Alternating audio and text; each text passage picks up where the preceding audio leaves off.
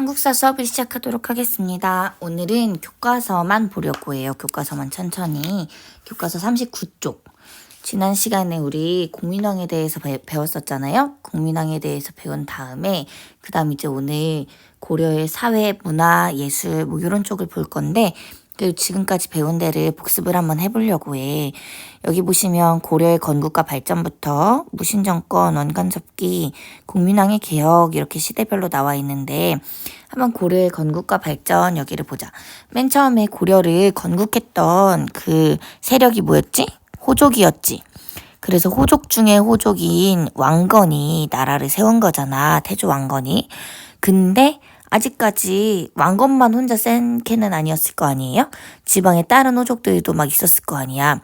그래서 성종 때까지는 이 호족들을 이렇게 누르고 왕이 더 올라가고 이런 체제 정비와 동시에 왕권 강화 막 이런 거를 했을 거야. 근데 시간이 지나면서 이 호족들이 근데 여기 거란인데 12세기까지 문벌귀족이 된단 말이야. 지방에 그대로 있었던 사람들은 향리로 되고 이제 중앙으로 올라와서 문벌귀족으로 편입되는 모습을 볼 수 있잖아.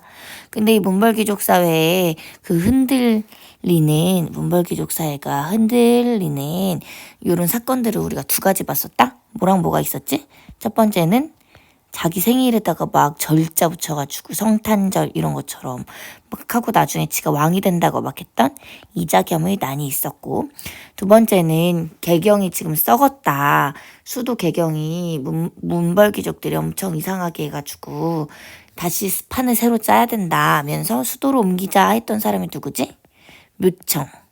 어디로 수도로 옮기자고 했어요? 개경이 아니라 서경으로 수도로 옮기자. 수도로 옮기자는 말 어려운 말로 천도라고 하니까 묘청에 서경천도까지 했으면 서경천도 한 건데 하지는 못했으니까 서경천도 운동이라 하지.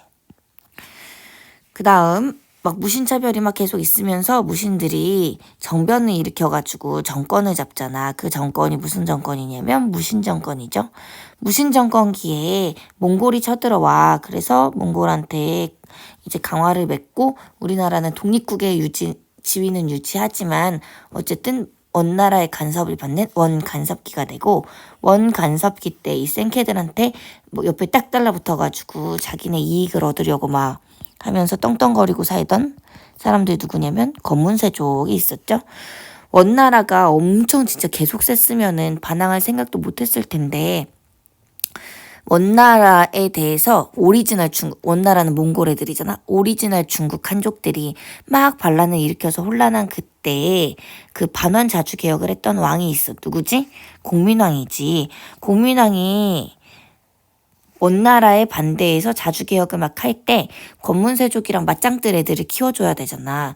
혼자 싸울 순 없잖아. 그래가지고 애들을 키웠는데 공부 잘하게 해가지고 막 이렇게 키웠단 말이야. 얘네들을 누구라 하지? 신진, 사대부. 공민왕은 나중에 시해되고 막 그 공민왕이 살해된 다음에 이 개혁은 쫑났다고 할 수 있지만 공민왕이 뿌렸던 씨앗, 신진사대부들은 계속 성장하고 있지. 신진사대부들은 공부는 진짜 잘하는데 주목이 좀 부족해. 근데 당시에 되게 막 떠오르는 주먹들이 있었어. 막 피지컬 100 이런 게 없었으면은 내가 아모띠랑 홍범석을 어떻게 알았겠어? 막 그런 싸움의 장이 있으니까 오, 저 사람 대단한데 막 이렇게 하면서 막 우리가 뭔가 인기를 얻게 되는 거다. 당시에 싸움판이 있었어. 홍건적과 왜구들이 계속 쳐들어왔거든.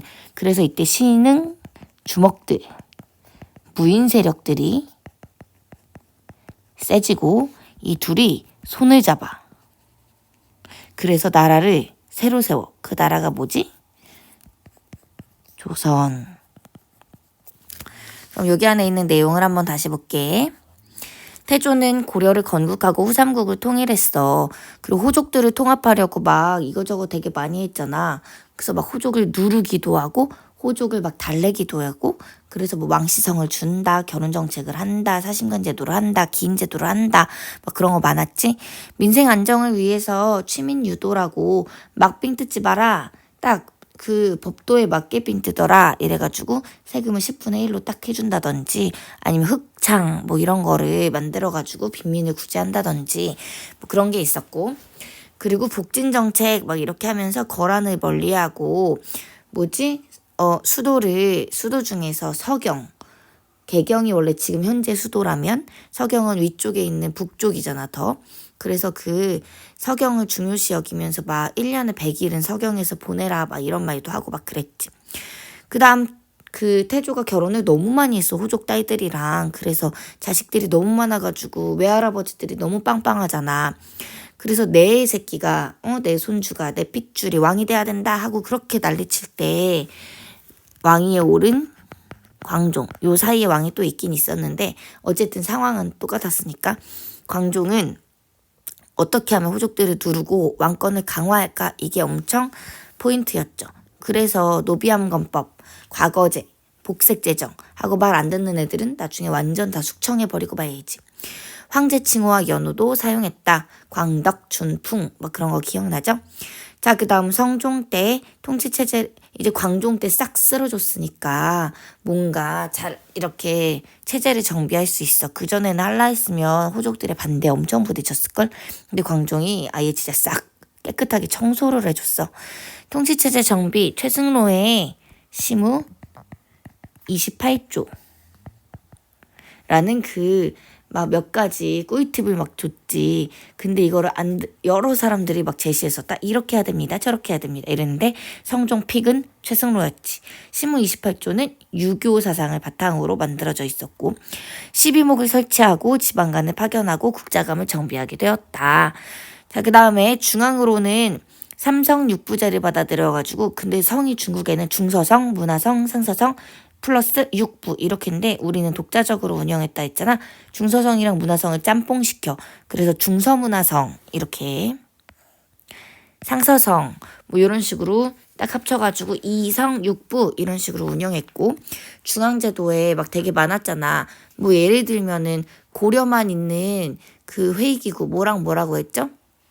도병마사, 식목도감 이런 거 얘기했었고, 그 다음에 도병마사 식목도감에 되게 높은 사람들 참여한다 그랬잖아. 회의에 제추회의라고도 한다 했잖아. 그래서 귀족 화합의 기구인데 제추는 그 제신과 추밀 이거여가지고 중서문화성의 제신, 중추원의 추밀 이렇게가 이 회의에 참여했다 이런 얘기도 했었고, 그중에 대간이라는 거 얘기했었지. 권력을 견제하고 균형을 이루게 하기 위한 중서문화성의 낭사, 그리고 암행어사 출도요 할 때 그 어사, 그래서 뭔가 누구 잘못하나 막 저기가 막 비리가 있나 이런 거 본 그런 게 대간이었고, 몇 개 물어볼까? 재정, 회계 하는 거 뭐였지? 3, 4, 12 이렇게 계산하는 기구 3, 4에서 재정, 회계 이런 걸 했다 했고, 그러면은 땡땡은 들라하라, 지금부터 내 명을 받아 적으라 막 이거 누구였냐면 승선도 있었고 뭐 그렇다. 여기 중앙기구 잘 기억해야 돼. 그 다음 지방은 오도와 양계. 조선시대 때는 팔도 비빔면 먹기 시작해가지고 팔도잖아. 근데 고려시대 때는 오도에다가 양계. 둘이 차이점은 뭐지? 오도는 아랫동네 일반 행정구역이었고 양계는 맨 위에 거기고, 경기는 수도지방이고, 그리고 추가로 삼경을 두었었다는 점을 기억하시오. 그 다음에 과거제도와 음서제도 두 가지 루트가 두 개야. 공무원이 되려면 과거는 시험 보는 거고 음서는 낙하산, 그래서 금수저가 금수저에게 물려주는 게 음서였다. 대외관계, 거란이 처음에 쳐들어오잖아. 그래가지고 거란이 1차, 2차, 3차 쳐들어오고 1차 침입 때 서희 말발로 쫓아내고 강동 육주 얻고, 2차 때 개경까지 함락되고, 3차 때 강감찬이 귀주 대첩으로 물리치고 뭐 이런 거 있었고, 12세기에는 12세기 이후에는 별무반을 편성해서 여진족이 키워드지. 윤관의 건의로 별무반을 편성하고 동북부성을 개척했다. 하지만 여진이 우리 이제 안 그런다 이래서 동북부성을 반환해줬고, 하지만 그 사이에 여진은 블링블링 이름을 금나라로 바꾸고 엄청 세져가지고 우리랑 이제 4대 관계를 맺게 되었죠. 진짜 짜증났지. 그 다음 무신정권 할게. 문벌사회가 흔들흔들하고 무신차별도 진짜 너무 셌던 거야. 그래서 무신정변을 일으켜서 무신정권을 세웠는데 초반에는 내가 일장할 거야, 내가 일장할 거야 그러면서 엄청 죽이고 이러는 권력 다툼이 있었고 누구 집권 이후에 60년 동안 안정됐냐면 최충원. 그래서 최씨 집권 이후에 60년 동안 계속 아들들한테 물러주면서 안정됐죠. 이 당시에 뭐 최충원 교정도감 이런 건 기억나지? 을 중에 막 이의민 이런 노비들이 막 일장되는 거 보고 와 대박 이게 되는구나 해가지고 이걸 본 다른 을들 농민이나 하층민들도 같이 덩달아 봉기하기 시작했다. 만적은 노비였고 망이방소인은 공주명학소에서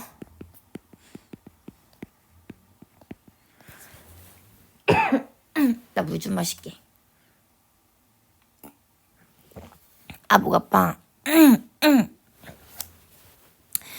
그리고 무신정권 때 원나라가 쳐들어오면서 원간섭기가 시작됐고 우리는 원나라의 사위인 원의 부마국. 그래서 막 국민왕이 노국공주랑 결혼했는데 노국공주는 약간 Where are you from 이러면은 저는 몽골 여자예요 막 이랬다 했지. 그리고 관제도 하나씩 다운그레이드 시켰고 내정 간섭 막 했잖아. 그래서 막 정동행성, 다루가치 이런 말 기억나지? 위에도 필기 할 걸 그랬나? 이때 권문세족이 새로운 지배계층으로 등장했고 도평 의사사를 장악해가지고 정권을 막 휘둘렀고 농장과 노비를 확대했다. 국민왕 때는 몽골식 하지 마. 그리고 막 제도 있잖아. 다운그레이드 시킨 거 다 폐지했고 친원 세력, 기철 같은 애들 막 제거했지. 그리고 쌍성 총간부 되찾은 거는 여기 없네. 뭔가 쌍성 총간부, 천령 이북의 땅, 수복 되찾았다. 그리고 신돈이랑 같이 전민, 변정, 도감.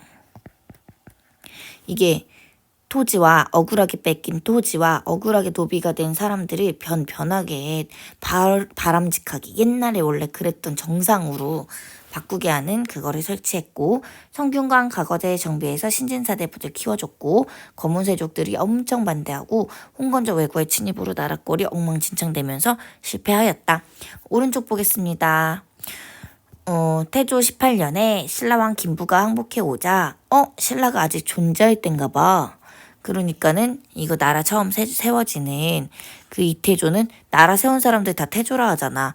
근데 어느 조선의 태조야 무슨 고구려의 태조야 이게 무슨 태조야 이런데 신라가 항복해 온 거 봤을 때 이거 고려 태조 왕건 때 일이구나 이걸 알 수 있지. 신라왕 김부가 항복해 오자 신라국을 없애서 경주로 신라국 나라 자체를 없애서 그 어떤 도시 하나의 도시 그냥 동네 경주로 삼고 김부를 근데 여기 지역 네가 제일 잘 알잖아. 그러니까 네가 앞으로도 거기 컨트롤 좀 해줘. 사심관 으로 임명해서 부호장 이하의 관직 등에 관한 일을 얘한테 맡기게 하였다. 이에 여러 공신들 역시 이를 본받아 각자 자기 주의 사신관이 되게 하였다. 그래서 그 출신 지역 있잖아. 출신 지역 애가 자기 출신 지역을 예를 들어 내가 솔터에 있잖아. 근데 무슨 학폭이 터져. 내 학생부니까. 근데 옛날에 은유월에서 근무를 했단 말이야. 그러면은 걔 막 알아. 내가 은유월 사정을 아는데 어떤 선생님은 한가람 중에 근무했단 말이야. 거기 한가람에서 막 그 학년에서 이런 사건이 있었는데 막 하면서 알고 막 장기 중이었던 선생님은 장기에서는 이런 식이었는데 막 이런 식으로 하는 거야. 그래가지고 뭐가 터졌다. 근데 걔 출신 학교가 장기 중이다. 그러면은 그 선생님한테 뭐 물어보고 막 이러거든. 뭐 이런 느낌이야. 그래서 이 중앙에서 지방을 컨트롤할 때 아예 싹 다 막 하기가 좀 힘들고 그 지방마다 사정이 다를 때 그 지역 출신을 사신관으로 삼아서 그쪽 동네 일을 이제 하게 하는 거죠. 자료 2. 국초의 향리의 자재를 선발해서 서울의 인질로 삼고 이 향리는 그 호족들이 지방에서 그 향리 그런 거잖아. 서울에 그 자식들이 인질이 되는 거래. 직접 인질이 되는 게 아니라 자식들이 인질이 되는 거야. 왜냐면은 얘네가 뭔 일을 지방에서 막 김포 호족이라 봐. 김포에서 반란을 일으켜. 그러면 통제하기 힘들잖아. 근데 딱 서울에 내 자식이 그 막 청와대에 들어가 있어. 막 이러면은 내가 반란 일으키면 걔 어떻게 될까봐 못 일으킬 거 아니야. 인질로 삼기도 하고. 그 자식이 청와대에서 막 일하고 있을 때, 김포에 골드라인 진짜 빡세다는데 그거 뭐야? 뭐 물어보면 걔가 대답을 해줄 수도 있잖아. 그러니까 인질로 삼기도 하고 그 마을의 일을 자문, 뭔가 Q&A 이렇게 해주는 걸 하게 했다. 이를 뭐라고 했냐면은 기인제도, 기인이라고 하였다. 고려 태조는 왜 이런 제도를 실시한 것일까요? 일단 지방호족을 통제해. 그리고 지방 통치를 보완하기 위해서. 3번으로 내려가자. 이거 필기해야 되나? 조금 기다릴게. 근데 이거 교실에서 할 때는 당연히 현장 수업이니까 그 현장감으로 잘 되는 게 있긴 한데, 그 1분단 뭐 이런 데서는 TV나 이런 데에서 나오는 게 잘 안 보이잖아. 뒷자리에서도. 근데 요거는 좀 잘 보이는 효과가 있잖아. 그럴 것 같아. 이렇게 뭐 화면 전체에 이 글씨가 보일 거 아니야. 자, 3번 할게. 다음을 읽고 물음에 답해보자. 신돈이 나왔다. 신돈 누구의 소울메이트였지? 공민왕 때 일이 있구나. 신돈이 뭐를 설치할 것을 청했대. 그래서 스스로 판사가 돼서 전국에 방을 붙여 알렸대. 근래에 기강이 크게 무너져서 담욕을 부리는 것이 풍습이 되었으며 사람들이 대대로 업으로 이어온 토지를 권세 있는 집에서 다 토지 뺏었나 봐. 근데 일부는 이미 판결이 났는데도 그대로 가지고 있고 일부는 백성을 노예, 억울하게 노예로 만드나 봐. 이제 도감을 설치하여 바로잡고자 하여 개경은 15일을 기한으로 해서 열어도는 40일을 기한으로 해서 스스로 잘못을 알고 고쳐라. 그럼 죄를 묻지 않을 것이다. 하지만 기한을 넘겨 일이 발각되는 자는 다 죄를 조사해서 다스릴 거고, 소송한다? 그럼 진짜 어이없네. 걔는 도리어 처벌하겠다.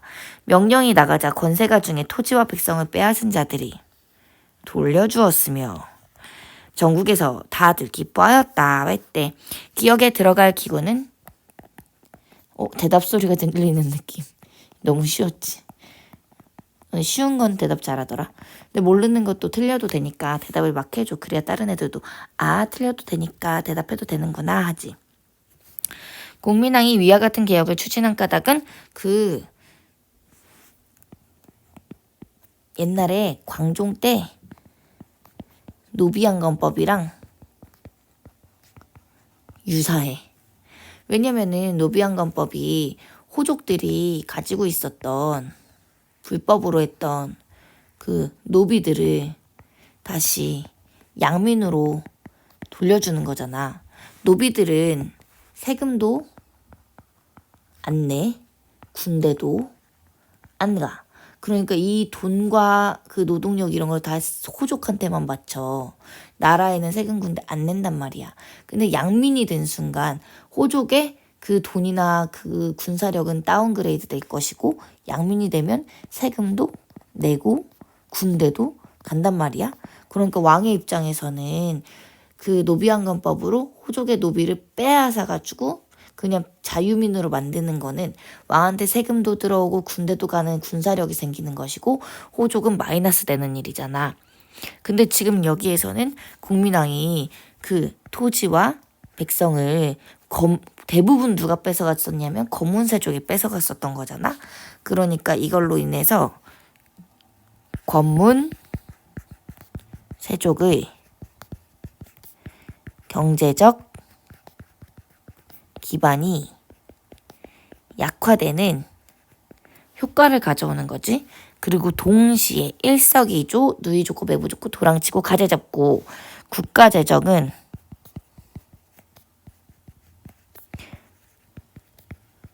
확충될 수 있는 거지. 더 많아질 수 있는 거지. 그러니까 일석이조로 이런 개혁을 실시하였다. 오케이? 이거는 지금까지의 수업 내용을 복습한 것이고 오늘의 본격적인 진도는 여기로 가겠습니다. 고려의 사회. 양천제로 나뉘다. 양천제. 양천제는 여기 앞에 양자 있잖아. 이거는 양인이라는 뜻이고 여기 뒤에 천자 있잖아. 이거는 천인이란 뜻인데 양인은 자유가 있는 사람들을 천인은 자유가 없는 사람들. 그래서 이 양인들은 의무도 있고 권리도 있거든. 여기 아래 한번 볼까? 양인은 자유민으로 납세와 군역의 의무를 져. 어머 선생님, 저는 그러면 양인 안 나고 노비할래요. 저 세금도 안 내고 군대 가기 싫어서요. 무슨 말이야. 양인은 일단 관직에도 진출할 수 있고 이런 권리들이 막 있다고. 천인은 군대 안 가고 세금 안 내지만 그것보다 더 힘든 걸 많이 해야 된다고. 어쨌든 양인은 다시 관직 등 국가의 직역을 받는 정호, 직역이 없다 해가지고 백정, 특정한 직역이 없는 그 일반 농민들, 여기 필기 하나만 하자. 이 백정들은 일반 농민, 정이 없다, 정이 백지처럼 없다, 이래서 이거를 일반 농민들. 정호는 나라를 위해 일하는 공무원들, 이런 거 말하는 거다. 근데 CF 해놓고 조선 때 가잖아?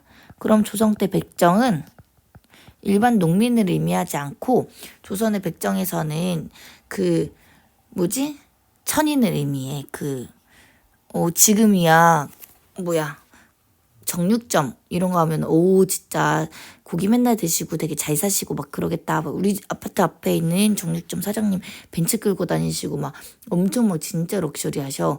지금은 그 정육점이 엄청 좋은데 조선시대 때는 그때는 백정이라고 하면서 엄청 차별했었거든. 그래서 나중에 일제강점기에 이 백정들이 막 자기네 차별을 없애자고 하면서 막 일제강점기 때는 형평운동이라고 차별 없애는 그런 운동도 하고 막 그러거든. 아무튼 요 고려시대 때까지는 아직 일반 농민을 일컫는 일이었다. 자, 그 다음 천인은 비자유민으로 대부분은 노비였다. 왼쪽에 표를 보도록 하자. 여기 보면 일단 기본적으로 전체 사람들을 자유가 있느냐 없느냐로 자유가 있고 여긴 자유가 없고 이래서 양인과 천인으로 나뉘어. 이렇게 이걸 양천제라고 해. 천인들은 대부분 노비고 피지배층이야. 양인들은 맨 위에 문벌이 있고 가문 대대로 금수저인데 우리나라로 치면 막 가문 대대로 재벌인데 이런 데를 문벌이라고 하고 그 아래는 향리, 서리, 집어푼인 좀 이 사람들은 나라에서 어떤 역할을 하는 사람들 그런 사람들이야. 그리고 여기 아래는 백정, 공장상이 이런 데는 평민들이라든지 좀 특수구역에 있는 평민 뭐 이런 거야. 여기 보시면 여기까지는 양인과 천인 이렇게 나누는 거는 법적으로요. 법적으로는 이렇게 나눈다. 근데 사회적으로는 이렇게가 지배층, 이렇게가 피지배층. 요거는 사회적으로. 그래서 높은 윗대가리들은 여기, 아랫사람들은 여기. 윗대가리 정정할게. 높으신 분들. 아니 높으신 분들이라 하기에 너무 당하고 사는 사람들이 너무 숫자가 많아가지고. 근데 지금은 진짜 행복하지 않아? 우리 모두 어쨌든 법적으로는 평등하고 당연히 막 재벌도 있고 뭐도 있고 하지만 우리의 권리가 진짜 높아졌잖아. 지금은 적어도 이런 피라미드는 아니잖아. 난 민주주의를 좋아해. 자, 다양한 지배층이 존재하다. 지배층 상위에는 대대로 고위 관직에 진출한 문벌이 있었어. 문벌은 다른 그러니까 자기들끼리 결혼하는 거야. 금수저가 금수저끼리 결혼하는. 그래서 문벌 가문과 혼인해서 권력을 독점했고 아니면 관직에 진출할 때에도 음서로 진출할 수도 있어. 낙하산? 근데 과거로 진출하는 사람도 은근 많아. 왜냐면은 여기는 경제적으로 여유가 있으니까 애들이 막 교육을 엄청 잘 시키는 거지. 그래서 공부 잘하는 사람도 많아. 이들은 직역, 그러니까 공무원이 돼서 나라의 일을 한 대가로 받은 전시과의 토지. 전시과는 경제 파트에서 다시 설명해 줄게. 어쨌든 직역의 대가로 받은 전시과의 토지 아니면 월급인 녹봉에다가 플러스 물려받은 재산 이렇게 하면서 화려한 삶을 살았대. 지배층에도 더 위가 있고 좀 더 아래가 있을 거 아니야. 지배층의 하위에는 향리, 직업군인, 서리 이런 사람들이 살고 있었어. 이 사람들은 중류층, 중간층 이런 식으로 불리기도 해. 대대로 직역을 세습했다는 내용이 중요해. 얘네들도 직역을 세습해서 아빠가 향리면 아들이 향리고 막 이런 식으로.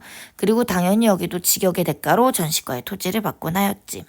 특히 향리, 고려시대 때 향리가 되게 잘 나와. 왜냐면은 고려는 호족의 그런 사회였잖아.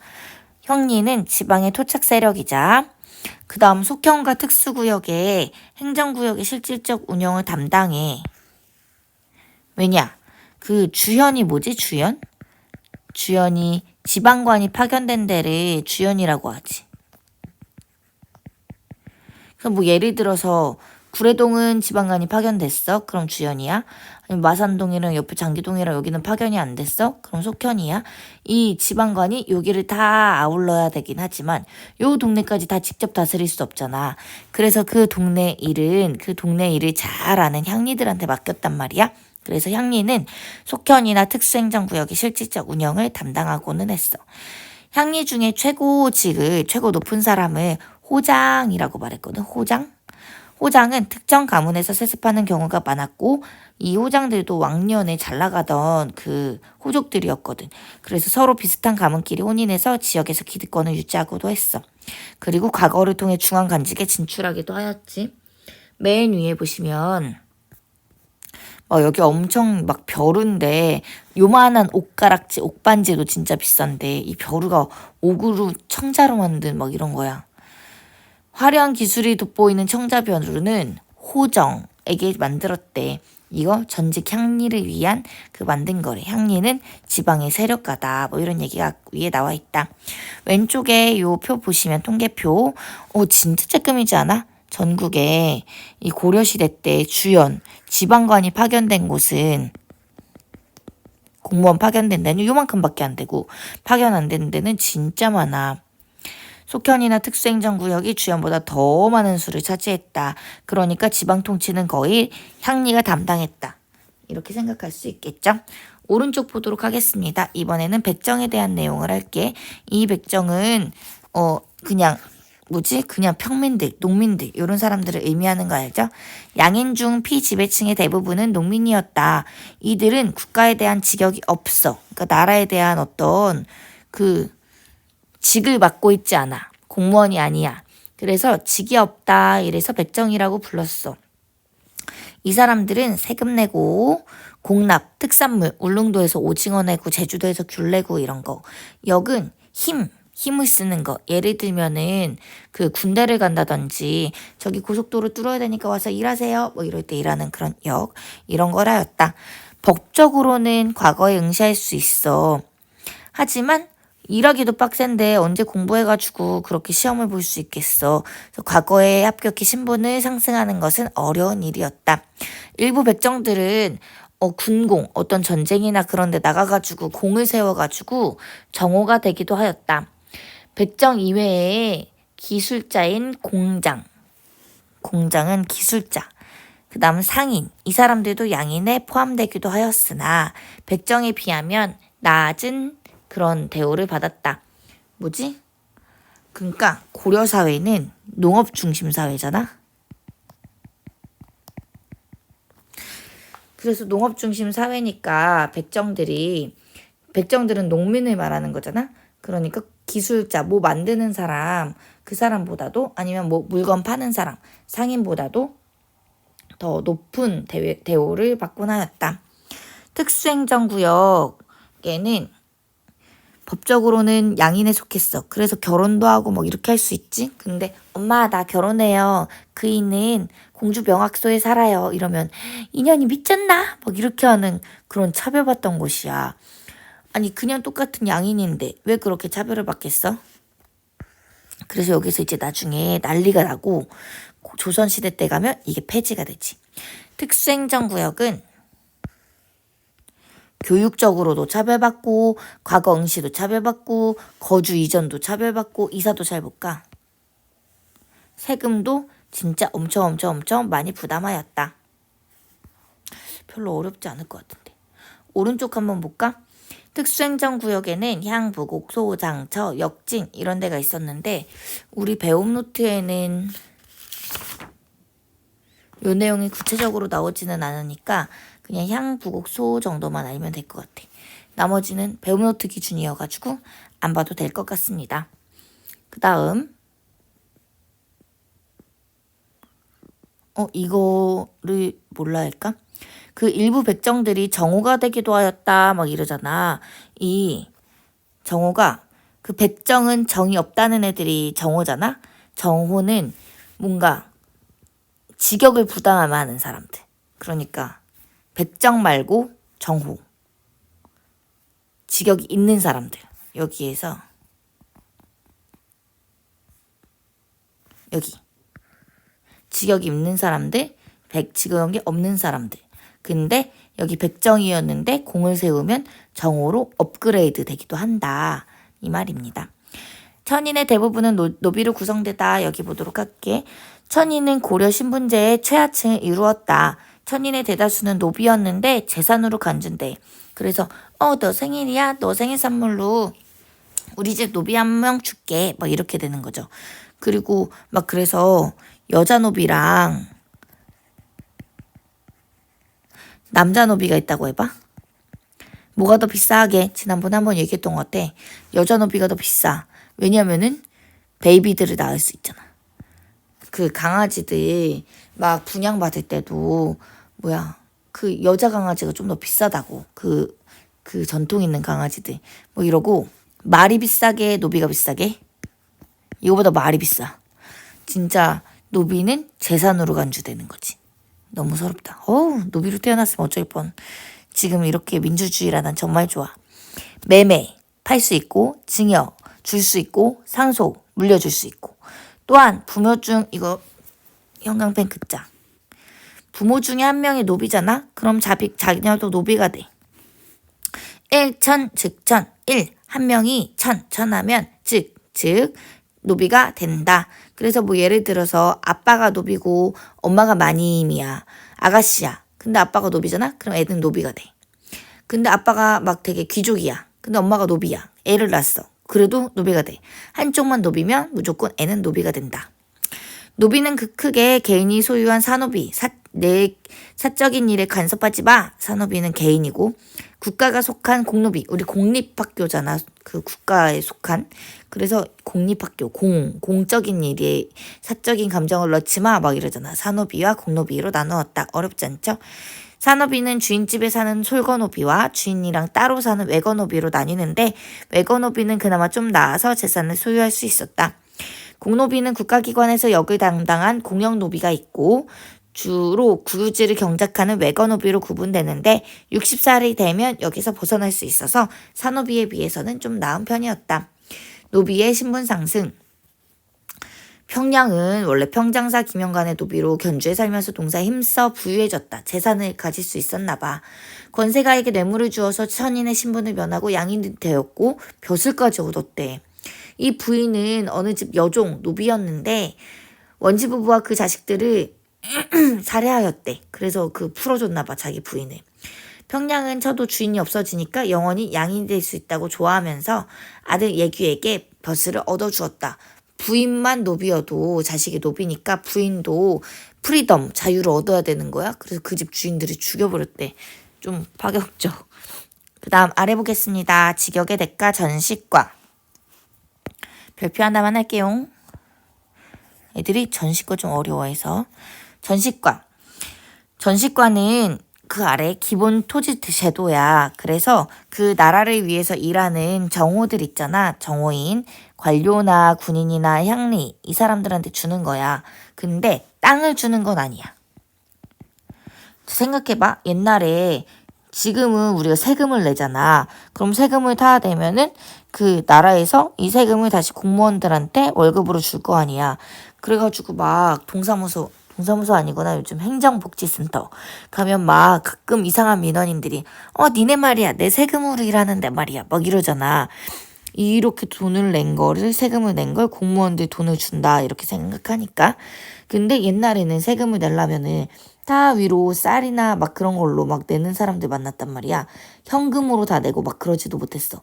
이쪽으로 내는데 그 수도로 이 쌀 같은 거 옮길 때 막 바다에 배가 침몰해가지고 막 없어지기도 하고 막 도둑 맞기도 하고 막 가다가 막 없어지는 것까지 쳐서 애초에 미리 막 120% 세금을 걷기도 하고 막 그랬대. 그래서 효율적인 방법을 뭔 생각했냐면은 이쪽 동네에서 구례동에서 세금을 걷어서 정나래한테 다시 주는 게 아니라 애초에 정나래한테 구례동에 내가 만약에 월급이 300만 원이다. 그러면 그만큼에 해당되는 집에 대한 수조권을 주는 거야. 수조권이란 조세를 수십 메시지, 80 메시지 할 때 수는 받는다는 거다. 조세를 받는 권리를 주는 거야. 그래서 이쪽 집들 사람들한테 자, 니네들은 이거를 정나래한테 내세요. 그러면 중앙으로 세금을 냈다가 중앙에서 세금을 돌려주는 게 아니라 이쪽에서 받는 권리, 이걸로 그 월급이 딱 되는 거지. 그래서 여기에서 수조권, 토지에서 세금을 거둘 권리를 지급하는 것이다. 대신 어쨌든 전제는 직역의 대가야. 일을 해야만 주는 거야.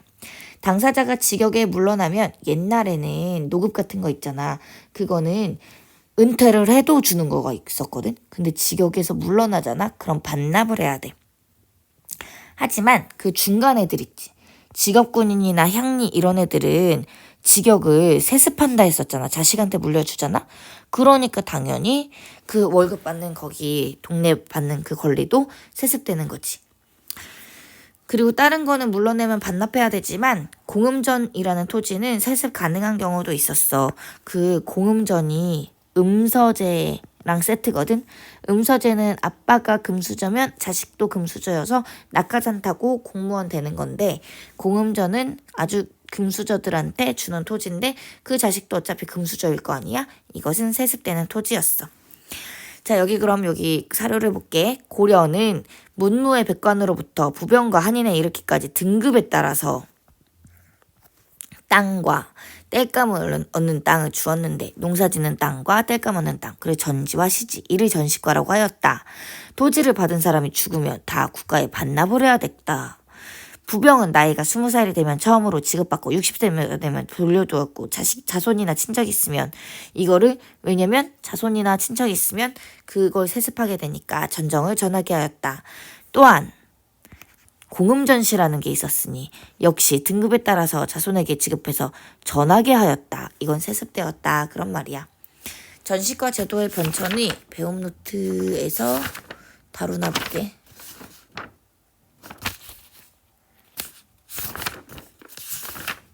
안 해도 될 것 같아. 막 시정전시과, 개정전시과, 전시과, 경정전시과는 안 해도 될 것 같습니다. 본관제가 시행됐었는데 고려시대 때는 근거지를 중요시 여기는 거다. 왜냐면은 그 각 호족들이 지방호족들이잖아. 그러니까 자기네 그 지역, 막 가문의 근거지 뭐 이런 거 중요시하는 거야. 예를 들면 연일정씨, 경주씨, 뭐 경원이씨 뭐 이런 거 있잖아. 그런 거를 본관이라고 하거든. 너네 본관 어디야? 아무튼 이 본관제는 태조 왕건이 후삼국 통일 과정에서 각 지방 호족한테 성씨하면서 시행됐는데 성씨 앞에 출신 지역을 맡기는 거야. 그래서 지역이 뭔가 중요한 그런 게 되는 거지. 지역에 따라서 주연이냐 속현이냐 특수행정구역이냐 이런 식으로 등급이 정해져 있어서 딱 위계질서가 또 있었어. 그리고 어디 출신이냐 이런 거는 개인의 사회적 지위까지 막 영향을 끼쳐서 뭐 우리 엄마 가끔씩 막 내가 땡땡 청송심 씨다 막 이래서 왕비 가문이다 뭐 이런 거 막 지금까지도 말하는 사람들 많아. 그래서 그 사람이 왕비도 아니었으면서도 그 개인의 사회적 지위까지도 영향을 막 끼치지. 그리고 성씨가 없는 애들 있잖아. 그런 애들은 자기가 거주하는 지역을 본관으로 삼아서 성씨처럼 사용하기도 했어. 고려 정부는 왜 때문에 이런 걸 했냐. 본관제로 위계질서 세우고 향촌 사회들을 통제하려고 계속 등급 매기고 막 이렇게 하는 거는 항상 통제 때문이니까. 본관을 떠나서 이주하는 것은 법으로 엄격히 금지했고 관리가 돼서 개경으로 올라오거나 혼인을 하는 경우에만 제한적으로 허락하는 되게 약간 폐쇄적인 사회였어. 관리가 중범죄를 저지르잖아? 그럼 서울에 살다가 서울이 개경에 살다가 다시 본관지로 되돌려보는 귀양형에 처하기도 했지. 귀양형을 받았잖아? 그럼 중앙정치에서 소외된다 보면 돼. 본관제 됐죠? 이건 엄청 쉬워. 부계와 모계가 동등하다. 우리는 여자랑 남자 막 차별받냐 안 받냐 지금 많이 되게 오히려 막 뭐 여자들이 더 목소리 큰 반도 있던데. 근데 조선 후기부터는 뭔가 무조건 남자 이런 게 있었지만 고려시대 때는 여자랑 남자랑 동등했다 뭐 이런 얘기야. 일부 일처제가 일반적이었고 결혼을 한 다음에는 처가에 살아가지고 가족이 구성되기도 했대. 호적에는 남녀 구분 없어. 근데 지금은 없어졌지만 옛날에는 막 그 남자를 중심으로 막 호적이 되고 막 뭐지? 족보, 조선 후기 막 족보에서는 진짜 남자만 되고 막 이랬는데 여성이 호주가 되는 경우도 있어. 제사는 딸 아들 가리지 않고 균분상속이었고 제사를 지낼 때 돌아가면서 할 때 남녀가 구분 없이 제사를 지내는 경우가 많았어. 여성이 결혼을 해도 자기가 소유한 재산을 그대로 유지했고 재혼도 자유로웠고 재혼으로 태어나도 별다른 차별을 받지 않았어. 근데 이거는 조선 때 더 많이 나오긴 할 것 같긴 해. 왜냐면 나중에 조선 때에는 재혼으로 태어나잖아? 그럼 엄청 차별받았거든. 고려시대 때는 아빠 라인, 엄마 라인 다 같이 인정해가지고 의무와 혜택이 동등하게 적용되었어. 대를 이을 아들이 없잖아? 그러면 외손자가 있기도 했어. 그리고 친 할머니, 친 할아버지 뭐 이렇게 랑 외할머니, 외할아버지 이 상리 기간의 차이가 없었어. 근데 조선시대 때 있거든. 그 음서의 혜택도 금수저가 금수저 줄 때 그 친손자 뭐만 준 게 아니라 외손자도 동등하게 받을 수 있었어. 왼쪽에 보시면 여기 보면 그 여기가 남부덕산료 낙랑군 부의 책시 연 60 이렇게 갑술생 이런 문구가 아들보다 앞에 적혀 있대. 아 그래서 여성이 호주가 됐구나 알 수 있다. 고려시대 여성의 지위 보시면 의붓아버지가 가난하다면서 남자 자기 친아들이랑 같은 일을 하게 하자 공부시키지 않고 그 어머니는 그럴 수 없다 이러면서 뭐지? 이거 딸 그런 얘기 아닌데? 아 이거다. 의붓아버지가 친아들이랑 같은 일을 하게 하자 어머님은 내 아들이 그러니까 재혼해서 만난 남편이고 재혼해서 이제 엄마 쪽 라인의 애지. 아니다. 얘는 지금 공부할 나이다. 얘 제대로 입학시켜서 공부해야 된다. 아니면은 내가 죽은 다음에 무슨 낯으로 전 남편을 보겠냐. 막 이러면서 마지막에 결단해서 솔정제에서 공부하게 하니 전 남편은 예탁업을 뒤따르게 하였다. 약간 지금 우리나라 분위기에서도 이 정도 아메리칸 스타일 좀 아닌 느낌인데 막 사료에 내 전 남편이 어떻게 보겠어요. 막 이러면서 얘는 대학 보낼 거라고요. 막 그러면서 막 이렇게 막 비싼 사립학교도 보내고 막 그랬대. 담당 관리가 청하기를 왕의 이름과 같은 글자를 쓰는 것을 피하기 위하여 탁시성을 가진 자들은 모두 외가의 성을 따르도록 하고 친가와 외가의 성이 같을 때에는 친조모나 외조모의 성을 따르도록 하소서. 그래서 우리는 아빠 성 따르잖아.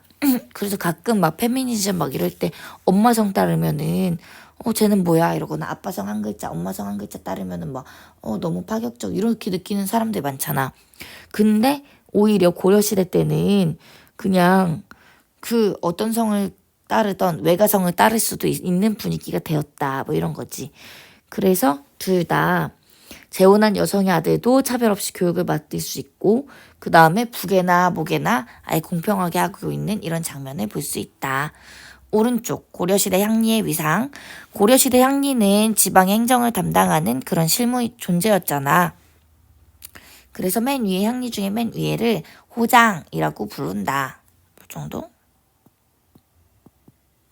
향리는 속현, 향, 부곡소의 행정실무를 도맡아 했다. 지방을 실질적으로 지배했다.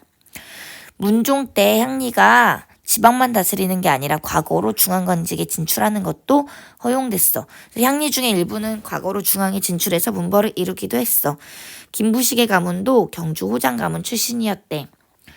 그 다음 향리 자제의 과거 응시 자격. 각 주연의 부호장, 호장, 부호장 이런 거 나오면은 향리구나 알면 돼. 부호장 이상의 손자와 부종 이상의 아들로서 제술업과 명경업에 응시하려는 자는 과거 시험을 보려는 자는 어떻게 저촉해서 이렇게 해서 이렇게 한다. 이 구체적 내용은 몰라도 되는데 부호장이면 향리인데 제술업 명경업은 과거인데 향리라고 지방에만 그냥 처박혀서 사는 게 아니라 이렇게 시험 봐가지고 중앙에 진출할 수 있었구나. 알면 되고, 그 다음 두 번째. 과거 제도로 실제로 중앙관직에 나간 그 이후의 이 일인가 봐. 이영은 자가 대년이고 안성군 사람이다. 아버지 이중선은 안성군의 호장. 그러니까 향리로 경군으로 선발이 되었다. 아버지가 돌아가신 다음에 영업전을 물려받아서 서리가 되려고 했는데 정조의 주사에게 서류를 제출하면서 음만하고 절을 하지 않으니 주사가 노여하며 욕하였다. 이영이 즉시 그 서류를 찢어버리고 말하기를 내가 장원급제에서 과거에 봐가지고 조정에 출세할 수 있거늘 어찌 너 같은 애한테 예를 차리겠느냐 하였다. 그래서 숙중 때 을과 과거 시험에 뽑혀서 관직을 얻었다. 이래서 이 호장들이 아직 좀 뭔가 떵떵거리는 느낌 나지. 세력이 좀 세다 이런 것도 알 수 있고 중앙관직으로 나아갈 수 있다 이런 것도 알 수 있죠.